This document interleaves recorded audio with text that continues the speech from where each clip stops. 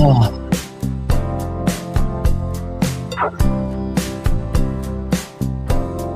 Eli, I'm open. Eli, I'm open. Oh, it. Oh, he never throws it to me. Good morning and welcome to Morning Mics. I'm the Bushman. Here we are on a Monday after a deluge. Rain in the Los Angeles area, still drizzly, wet, cold. My God, you'd think, we don't normally get rain around here in Los Angeles. And I will say we got absolutely pummeled over the weekend. It has been relentless. Did the swimming pool get closed? I think the guy put in a little drain in the swimming pool so that it got so high but it never went over. So I think there is some sort of drain. I don't know. I'm not very handy, which can be unsexy to some women. I have to say that. It's true. Some women find I'm not that handy. You did see me down with my WD-40, trying to get a little creak out of the chair, but WD-40, any idiot can operate a WD-40. Buenos dias. It is Monday, November 17th. Here we are in the middle of November. Got some exciting news on the horizon. The Bushman's Christmas sing-along is back due to construction in the house. Last year, we had to skip the sing-along. It is a tradition unlike any other in my family. My father was the great maestro many years ago. My brother and I both carry on the tradition. He does it in Maine, and I do it here in Los Angeles. I invite the great Ken Charleston, the piano player from the Bel Air Hotel. He comes. Ken lost his house in the fire, by the way, and we helped him through it. We love Ken. He will come and he will perform. He wears his little Santa hat. The thing about Ken is he'll give you a little Deck the Halls, but then he'll drop into a little Billy Joel. And then he'll slide over to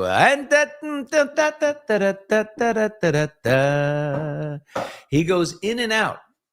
So, and it's a very tough ticket. I'm going to say it's a tough ticket. Everybody wants an invite to the Bushman sing-along because, like my father, what I've done is I have stacks and stacks of the carols, right? And I hand them out to people. So different sections of the room, everybody has the lyrics, right?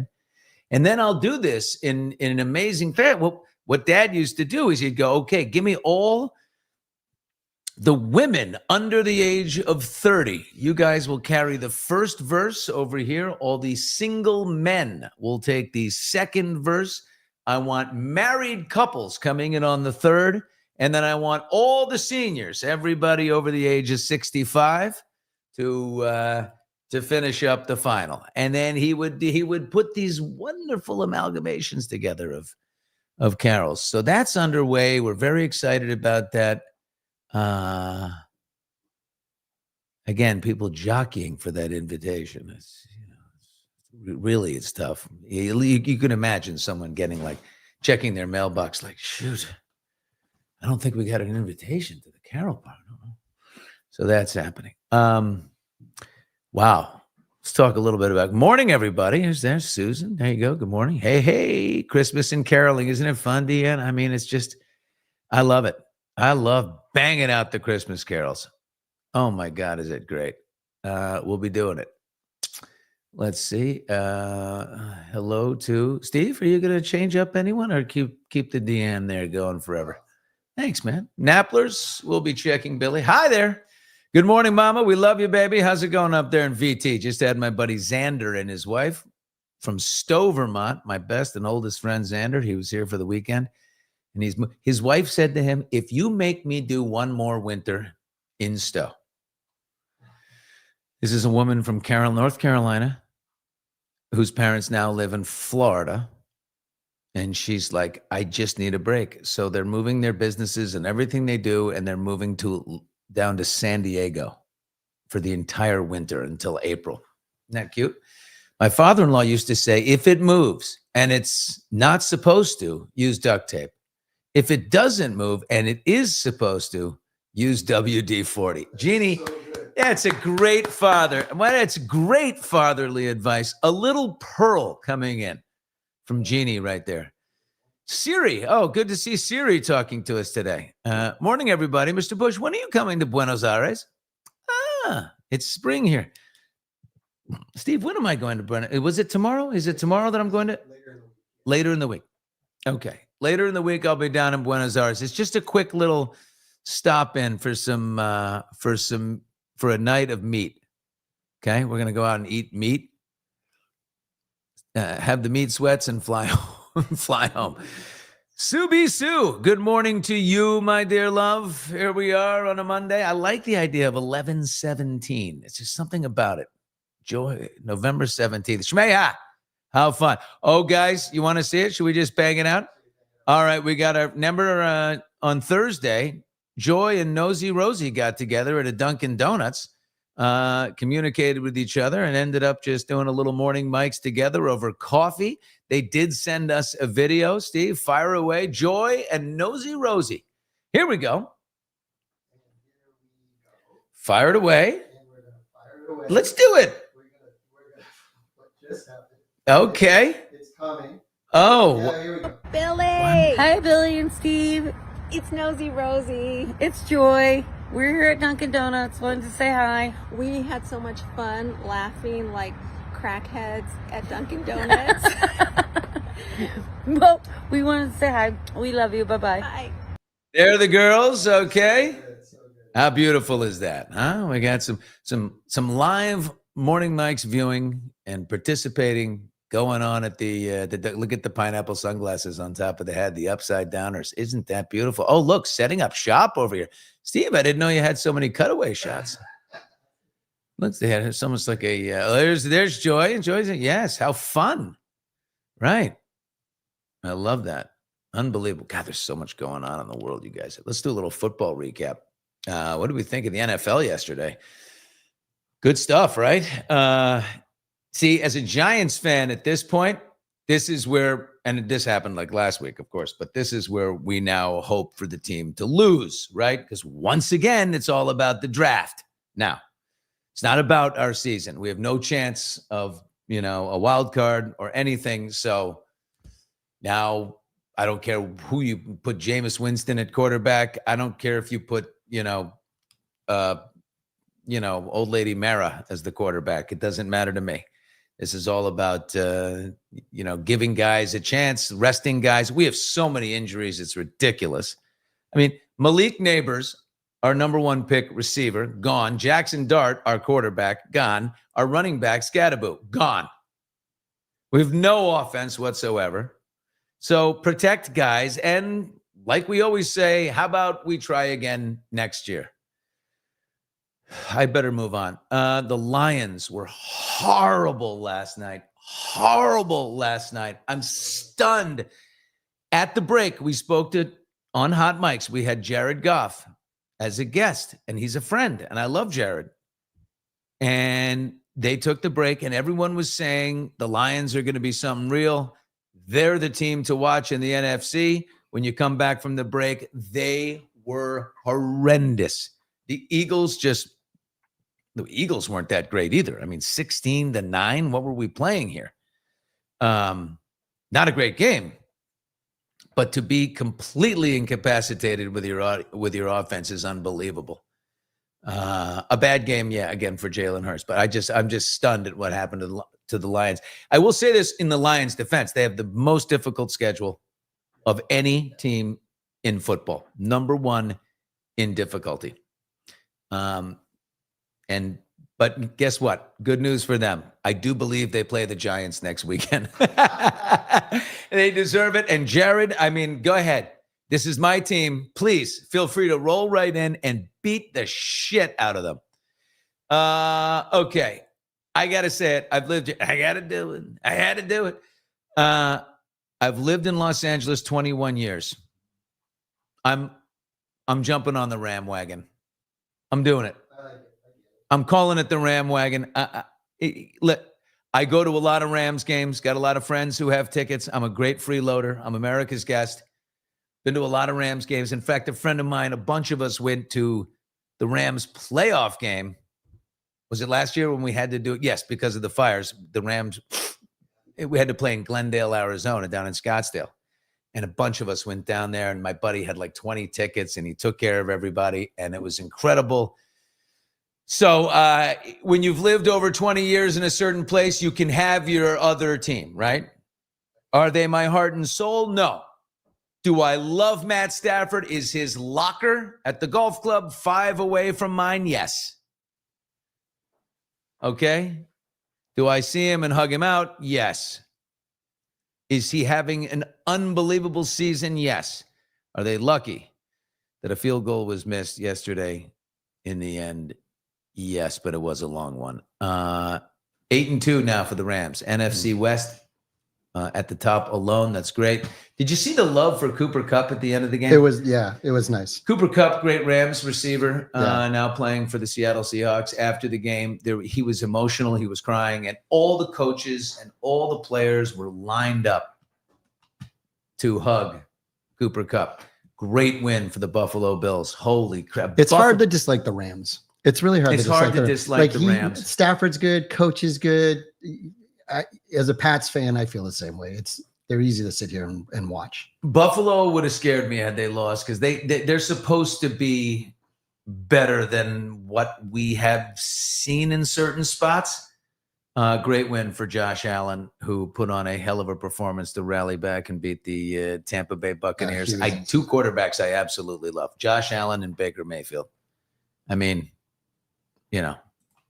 total warriors. Baker Mayfield is like he's like an alley cat, Oh, good. Here's a comment. This is interesting from Audra in Denver. Why am I so sick of Mahomes?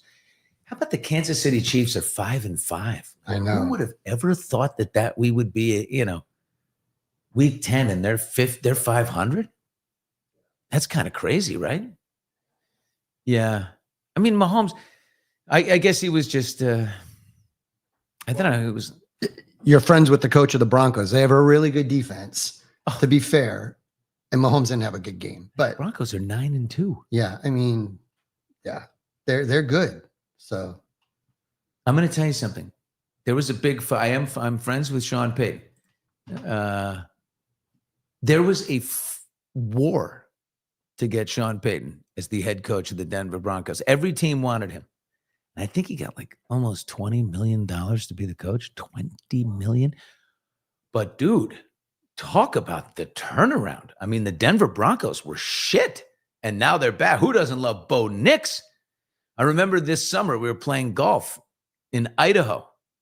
And Sean Payton said to a group of us, he said, Bo Nix is absolutely the real deal. 100%. He said, believe me, wait till you see what this guy does. And he knew it. And he's been terrific. At the end, never sick of Mahomes. You like him. Yeah. What happened with Peyton and a sideline judge? Flags were flying. I saw that. I can comment on that. Yeah. So in one of the plays, he was standing like 1 foot too close on the field. And then the ref running to make the play ran into him. So that's a penalty because he was on the field. So that's what happened there. Yeah. And here we go. Kerry launches this in there. Watch Mahomes with little kids, making them happy. Well, I think that's every major athlete's. I think that's what their central calling is to lift up the kids, right? If you're one of those guys that blows off a little kid who's waving, if I see it, you're done. I have no. You're done in my book. Done. The Minnesota Vikings. Should we go to the main star of the Minnesota Vikings? There is a major star on the Minnesota Vikings, and it's not J.J. McCarthy. It's Louis. There's Louis! And go! And 3, and 2, and 4, and arms, and legs. And there it goes, Louis. And work, and work. Work, Louis. Yes, spin, and tuck. And backwards. Yes, in rhythm. And turn. Ooh, kick sweep. Yeah, there it is. And a little twerk. There, and a spin, tight spin. Good land. There it is. Hands down and up. That's it. Boom. Pump that left knee. There it is. Oh, boom, boom. Yes. You don't need boobs to do that. There go those hips on a swivel and spin. Excellent work right there. Excellent in sync right there. Louis, you've done it again, Louis.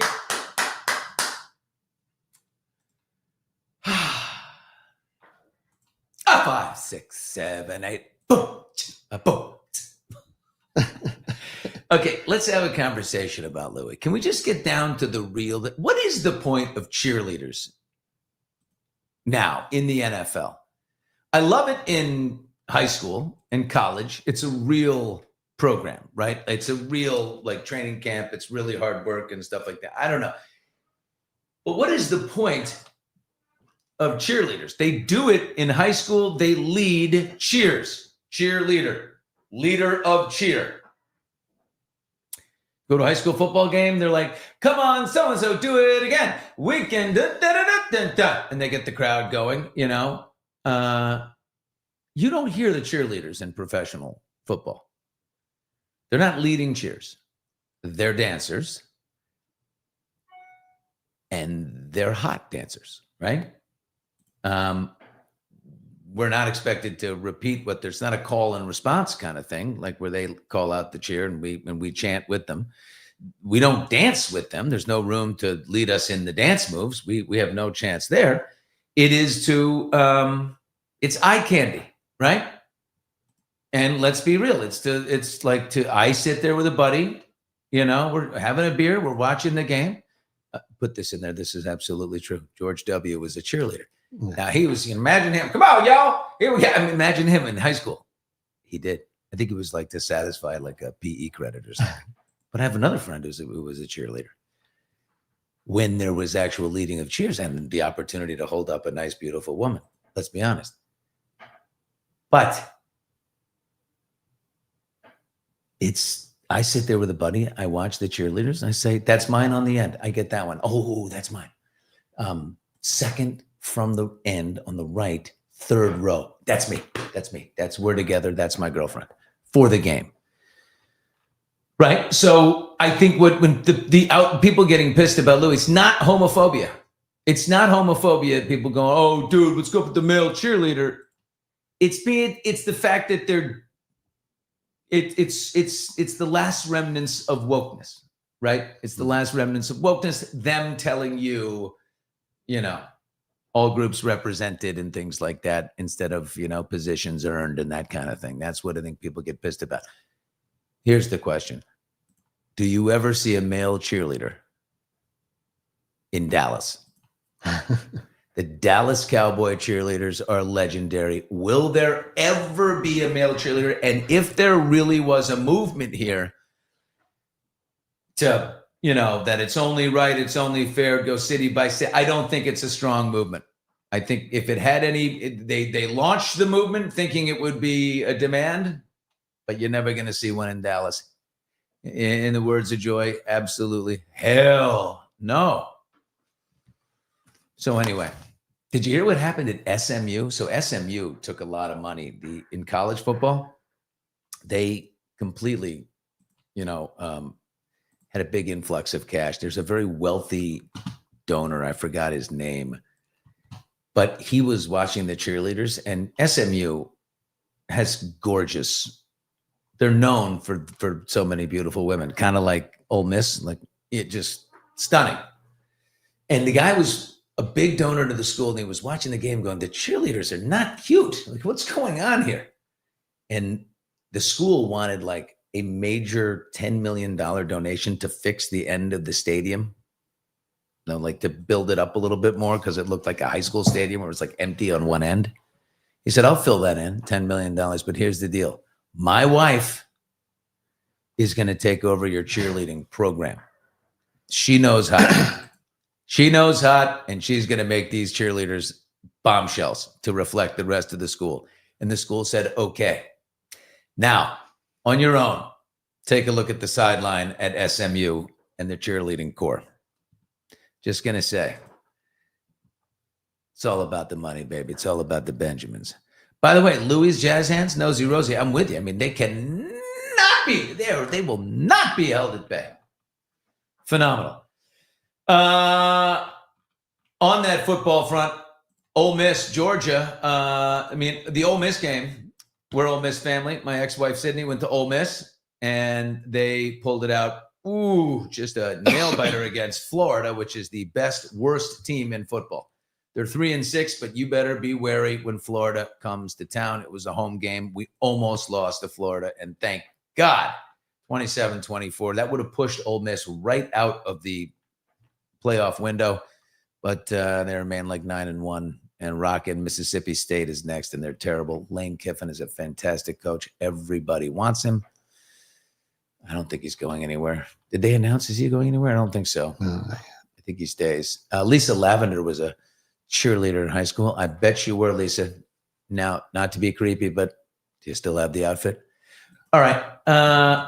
Big day today on other college, big college game. Georgia and Texas. Longhorns having a hard season. Good win for Georgia. Two great representing Georgia and representing Texas on the sideline. Look at this gathering of studs right here. Brett Baer and Matthew McConaughey. Brett, a great Atlanta guy, went to Marist High School and then and on to Georgia. And, of course, McConaughey, hook 'em horns, baby. That's a good sideline shot there. Yeah, couple studs. Yeah, Rich, these guys get the sideline. They just get to be on the sideline. Just Isn't looking that nice? good, too. But I want to say when I went to the Colby College football games, I was allowed to go to the sideline. Oh. So was anybody, Steve. There was nobody in the stands. Nobody cared. We didn't even have a stadium. Anybody could be. I could have gone on the field. They wouldn't care. Very bad football program. Very, very bad. Big day today on Hot Mics. Later on, we are going to do a Blake Baldoni. I haven't done it in a while. I'm going right into the Blake Lively and Baldoni case. There's so much going on there that needs to be broken down. So we're going to get into that heavily. Going to do a breakdown like you wouldn't believe. So if you want to get caught up on all of that, we'll lay it out. And then Wednesday, we have the mighty Scott Galloway. It's a big booking. I'm out booking Steve right now. I'm out booking Steve in a huge way. We're going to talk about the crisis of the male crisis in the world. We've got a problem with our men. And Scott Galloway, who's a professor at NYU, an entrepreneur, and just a big podcaster and great communicator. Oh, look at this one. And he's written a new book called Notes on Being a Man. Yeah, Zach Peters is on today. Zach Peters, we love Zach, a great friend of Hot Mics.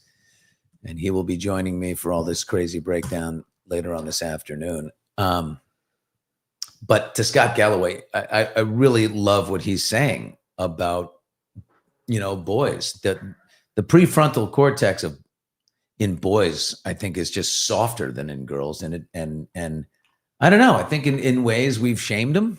We've shamed boys in a bit. So, and also the big tech, I think the big tech companies, especially with the video gaming business, they know how to own the minds of boys. And parenting has never been harder. The fight against all this shit that big tech throws at our boys, plus with the shaming and the backlash against men in general. And now with the porn apps and all these things, like the boys aren't taking initiative to go out and court women. Here's an interesting statistic that Galloway hit me with, and I have actually experienced this myself. I've felt it. Under the age of 30, 1 in 3 males are in a relationship. Under the age of 30, 2 out of 3 women are in relationship. You say to yourself, well, how does that add up? Right? It seems to be out of whack. Well, because that other third of women under 30 are in relationship with older men who they have found to be more economically and emotionally viable.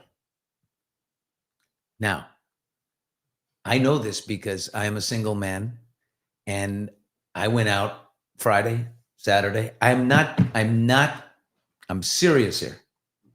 The younger women. And I seem like, oh, wow. You know, and you're talking like, you gotta be kidding me. What's going on here? You know, I get daughters who are, they're in their 20s. Not saying, the age of my daughters, but not that far away. I don't think it's gold digging, Joy. I don't. I think that they're not. And I am now taken to interviewing them. I'll say this. Let me ask you a question. Guys your age, how do you find the dating experience? And like non-existent. They're just more women are like, I don't know what to do. Isn't it great? I mean, no, it's terrible. I'm kidding. I'm joking. It's a horrible thing to say, but we got a problem. So I look forward to breaking this all down with Scott Galloway. We got to fix this, man. Anyway, Scott Galloway is the one that encouraged me to sign up for Big Brothers Big Sisters. It's one thing to talk about this stuff. So is it this week or very shortly? I have my onboarding session, my at-home interview with the Big Brothers Big Sisters of Los Angeles comes, and we're looking to take on a mentorship for a young dude. Okay, I'll be responsible for one. Everyone else, take your own and do your part. Flights are back to normal. That's good. I've always dated older guys. Stacia, let's talk about this. Yeah. Older men have more integrity. I don't know about that. Really? I carry a big wiener. Okay, Jay. Do you? I love this. My husband is a mentor. He's got a little. They call it bigs and littles, which is kind of cute. Oh. So your husband is a big and he's got a little. Isn't that nice? Oh, look at this. This is interesting. I saw a comment there. I have a 28-year-old's daughter. Oh, I see. Nita says, I have a 28-year-old girl. She wants a boyfriend. There's nobody out there. You see what I'm talking about? I'm serious. Young guys have got to step it up.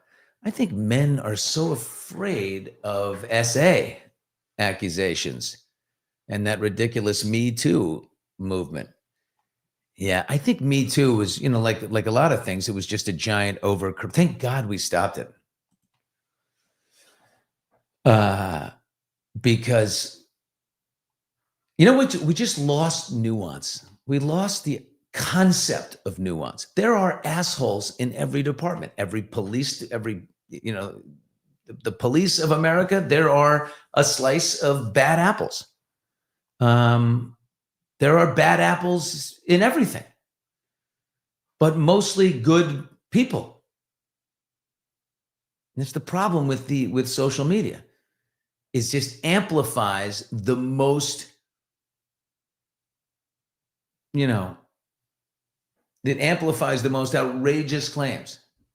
And then people fall under the idea that this might be, the norm. It was important to empower victims. Yes. But this is interesting. We're doing Blake Lively this afternoon. No, not you two. No. You see, here's an example, by the way. If Blake Lively had launched her campaign against Justin Baldoni, if all of this bullshit coming from her, was in 2018 or something, she might have gotten away with it.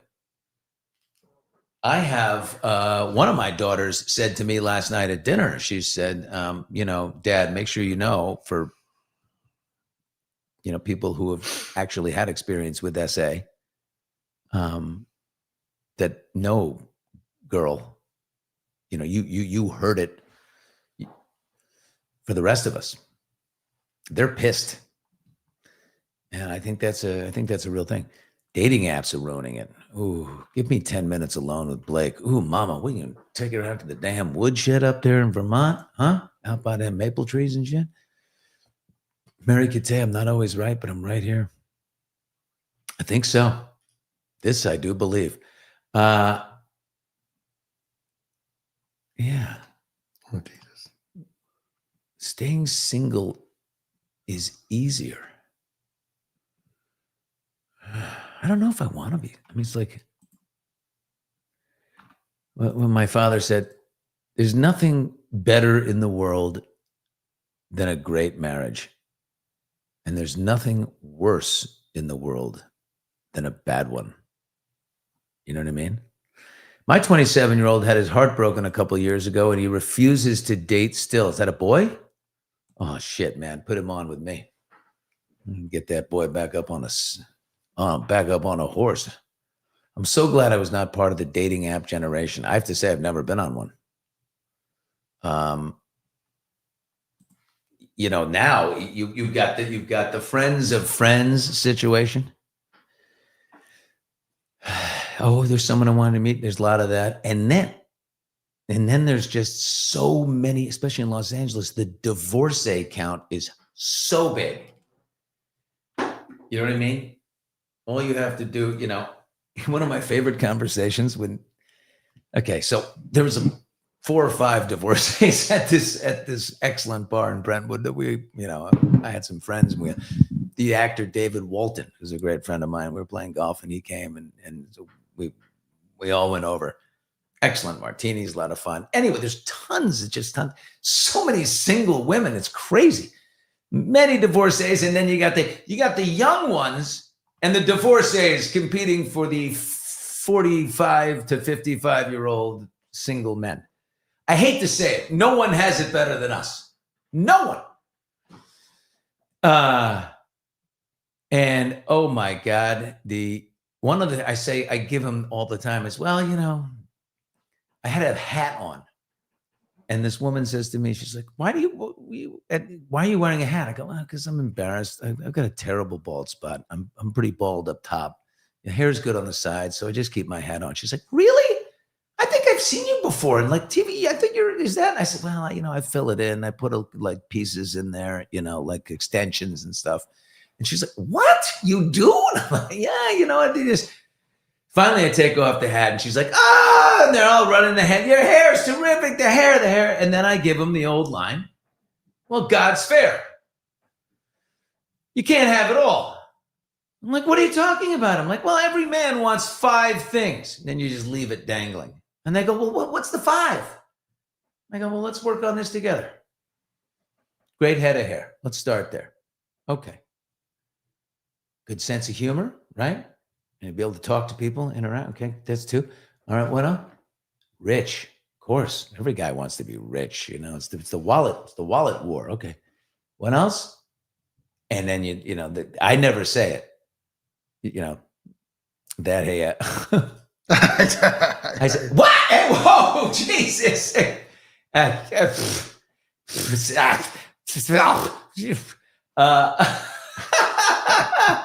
You leave it for them, and they say, "Big schlong," whatever. They'll spit it out, and then we all get a big laugh from the whole thing. And then that conversation can be interesting. God, it's really wild out there.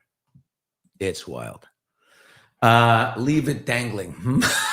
I didn't mean to. I had to do it. Number 1 is a big heart. Thank you, Jewel. Yeah, I don't know. There's such thing as too big, I think, when it comes to the... I worked with younger men who didn't want to commit in a relationship. They felt they would miss out on having sex with other women.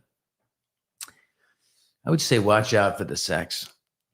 And the sex is like the more sex you have, the more immune you are to the emotional power of the sex, right? The sex is supposed to be the final, like the intimate bonding thing that makes you unbreakable. Now, with one night stands and people just, banging for sport. you wonder why there's so many single people, right?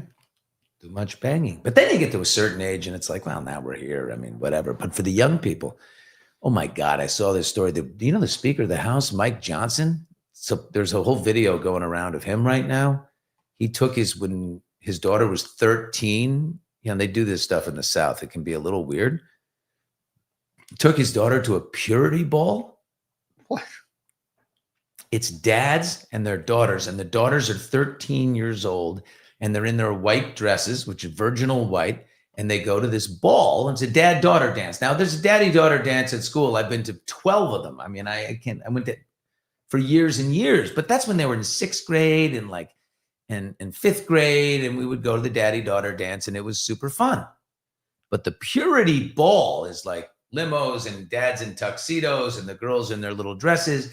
And at the end, they're dancing and the fathers are dancing with their daughters. And at the end, they give them, they have a ceremony where the daughters are given a ring, a purity ring.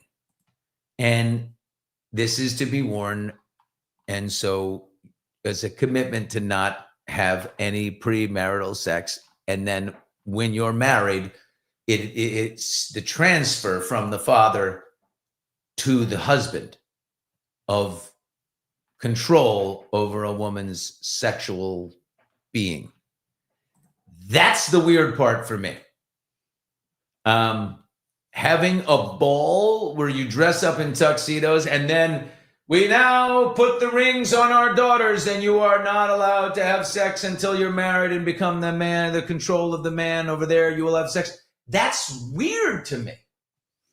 Now, I do think it's I have each of my daughters, my ex-wife, Sydney, said to me, you got to have the conversation with them about, And so I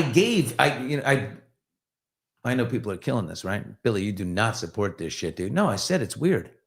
But in my own, without some ceremony, I took each one of my girls out, for a sit-down chat about boys that, I did it at 14. I said, this is the time where the boys in your class, they're crazy. They're not evil. They're not bad. They're beautiful people. But they are dealing with a set of hormones that they don't understand. And if, to them, they're in mad scientist mode. And all they want to do is poke, prod, peek, look around, grab, touch, and they're out of control. So you have to be extra vigilant at this point and not get yourself into that situation. When it comes time for sexual activity with whatever person, and believe me, at this point, they're looking at me like, oh shit, waiter, please come and take, get me. This is too weird. I said, I know, guys, you just got to let me get this out. Please let me get this out. You'll know when it's time. You'll know. You'll be preferably older than you are now, but you'll be at a point where you feel that love and attention from someone and it's real because, and then at that point, when that's when you make, your decision. And I did let them buy on that particular day a piece of jewelry for themselves to have. And it was only a symbol for me, as I said, it's a symbol that you're worth it.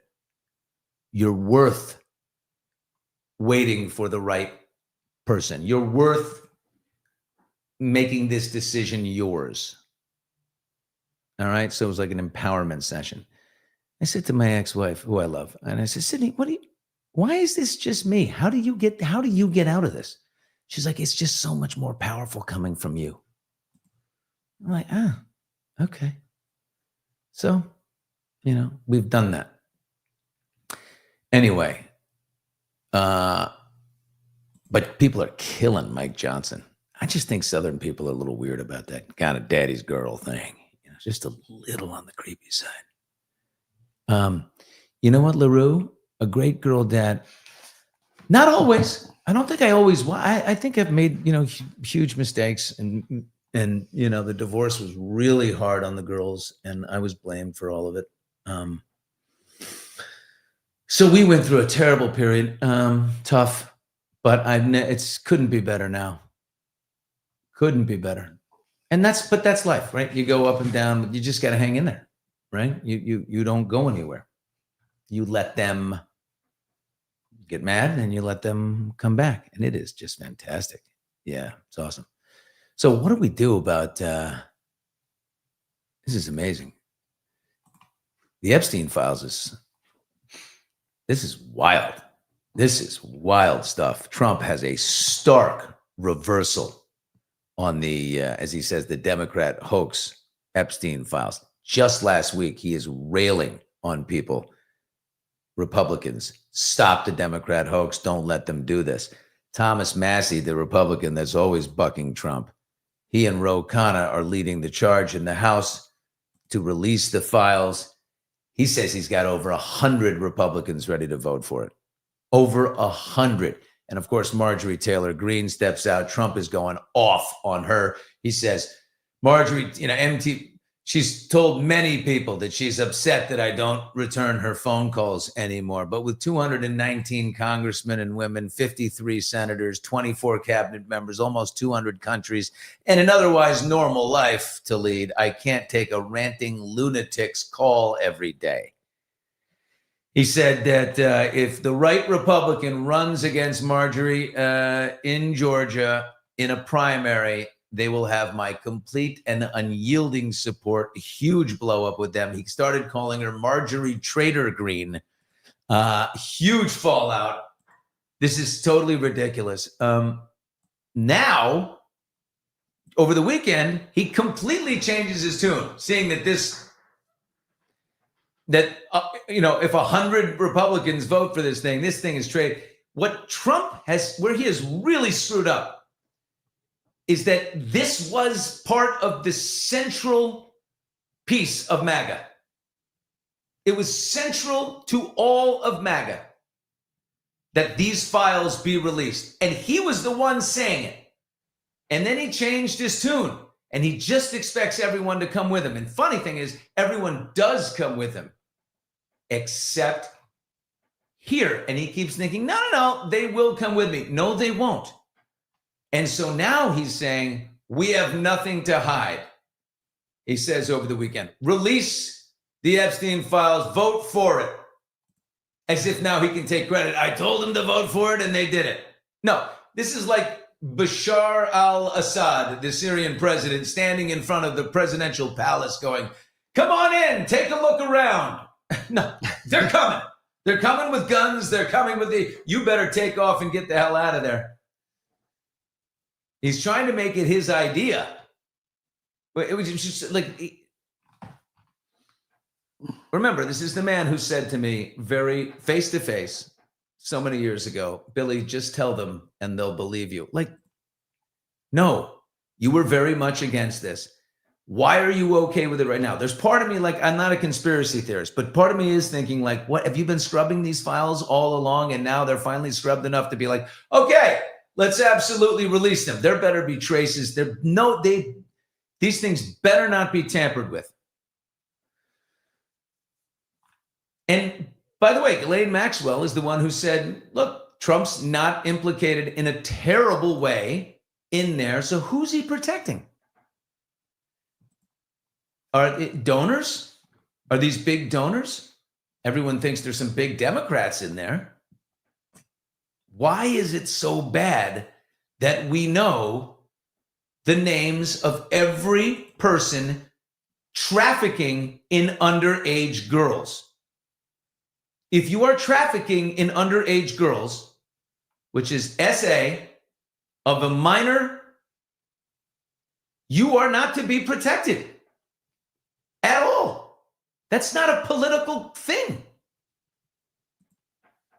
Right? Am I wrong here? What the? No. I just don't understand it. Get it over with.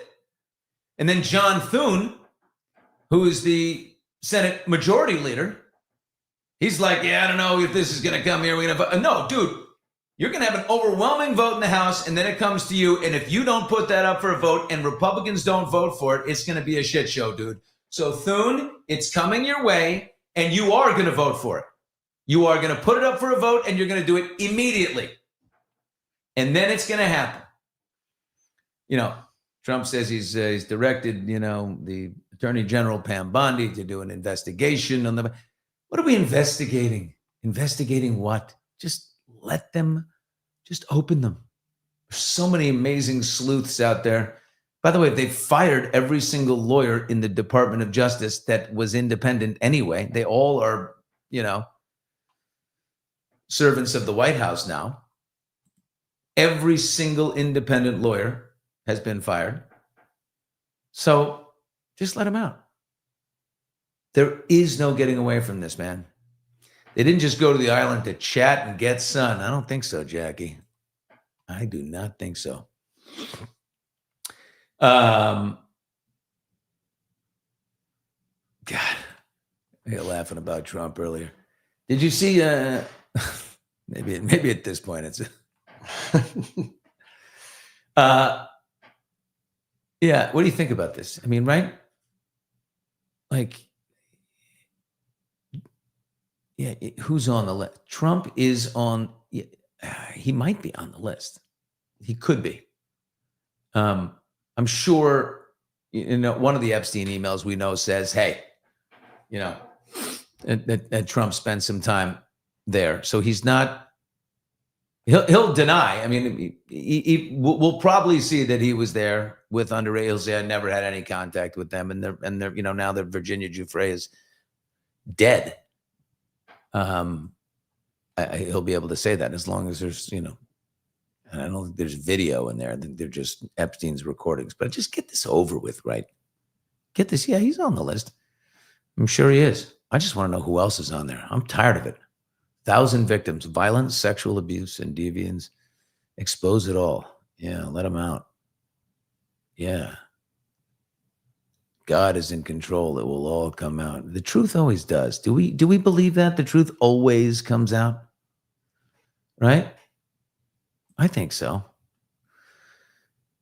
Trump and Epstein besties for 15 years. I don't think besties, but definitely like ran in certain circles. I mean, Trump doesn't have best friends.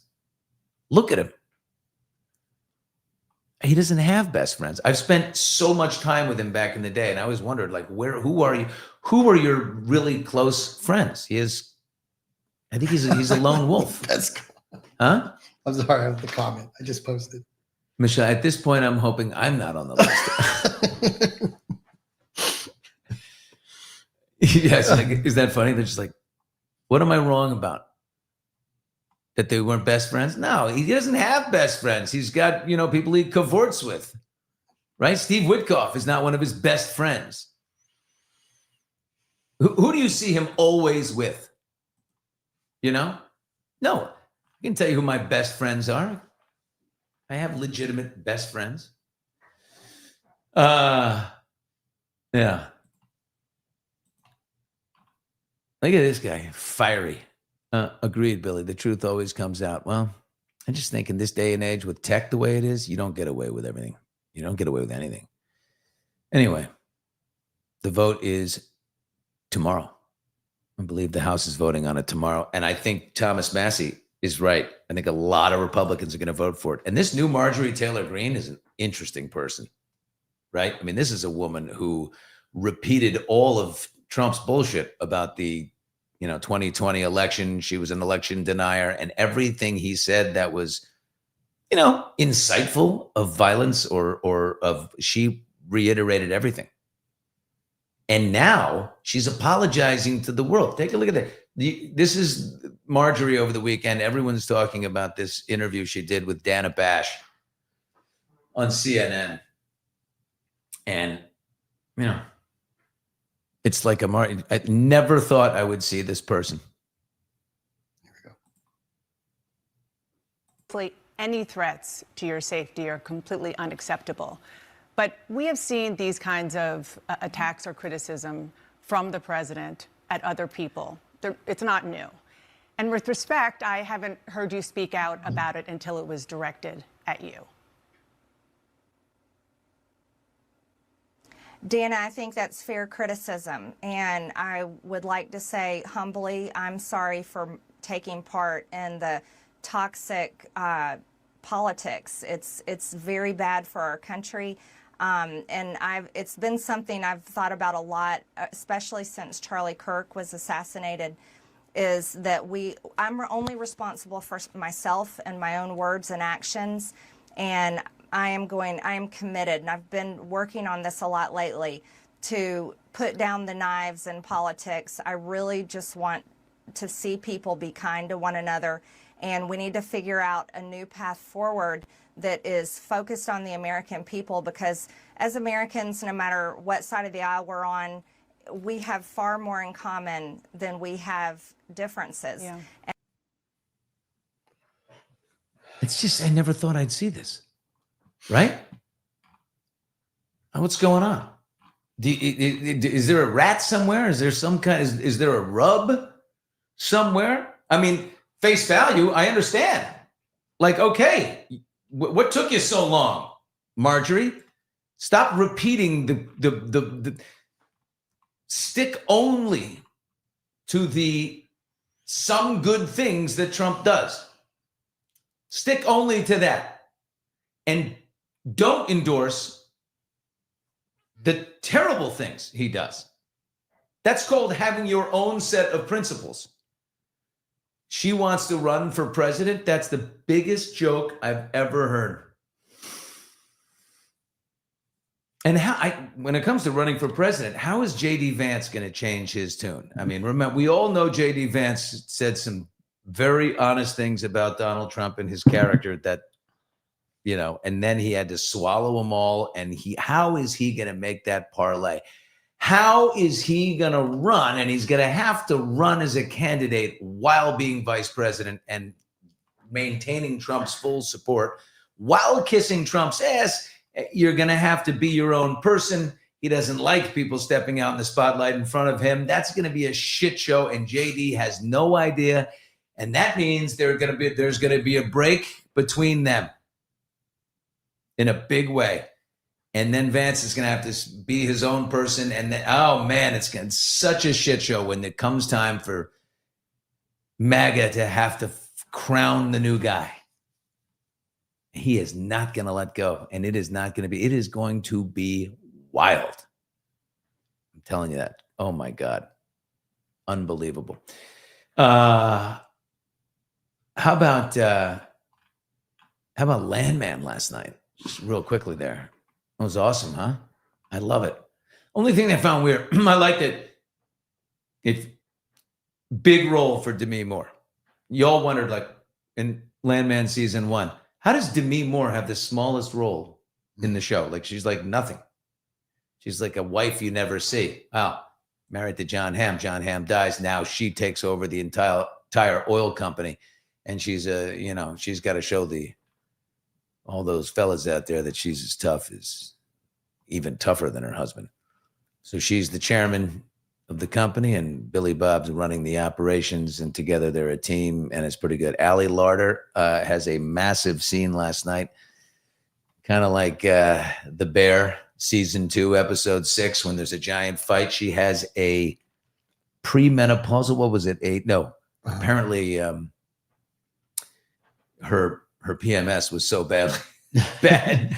She threw a huge tantrum and food everywhere, and she blows. It's a little over the top, but God, she just looks stunning in the show.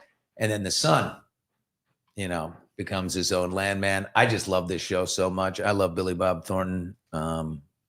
It's back. It's good. It debuted last night. Get caught up. And the final thing I think we have to talk about, or I could move it to this afternoon. But a lot of people over the weekend were talking about Britney Spears, and we're all worried about her for sure.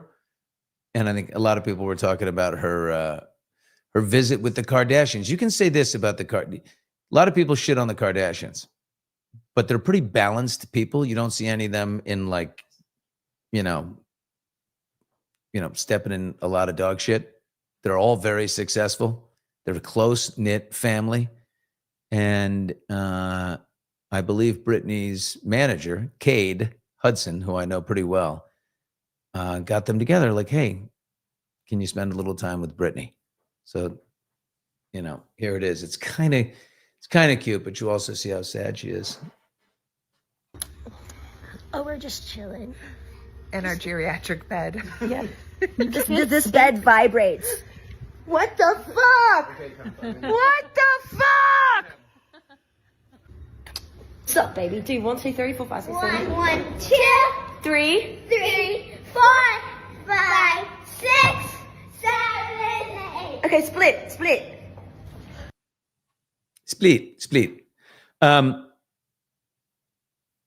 We keep saying somebody put their loving arms around Britney Spears, and looks like the Kardashians are doing so. Great. Let's just go with the positive in that. Okay, so big day. The Blake Baldoni situation broken down all the way. We will have Zach Peter with us, and we will. It will be full. It will be complete. It will cover it all, because so much is happening there again. Right? It goes through lulls. It's now our time to get back into it and do a big job on it. And then we've got Scott Galloway on Wednesday. I cannot wait for him. God, is he brilliant. One of my favorite voices out there today. What Jordan Peterson was a few years ago, I would say Galloway is now, and he's way more kind of, he calls himself a raging moderate. I use radical centrist, so I think we'll have a pretty good chat. Hey!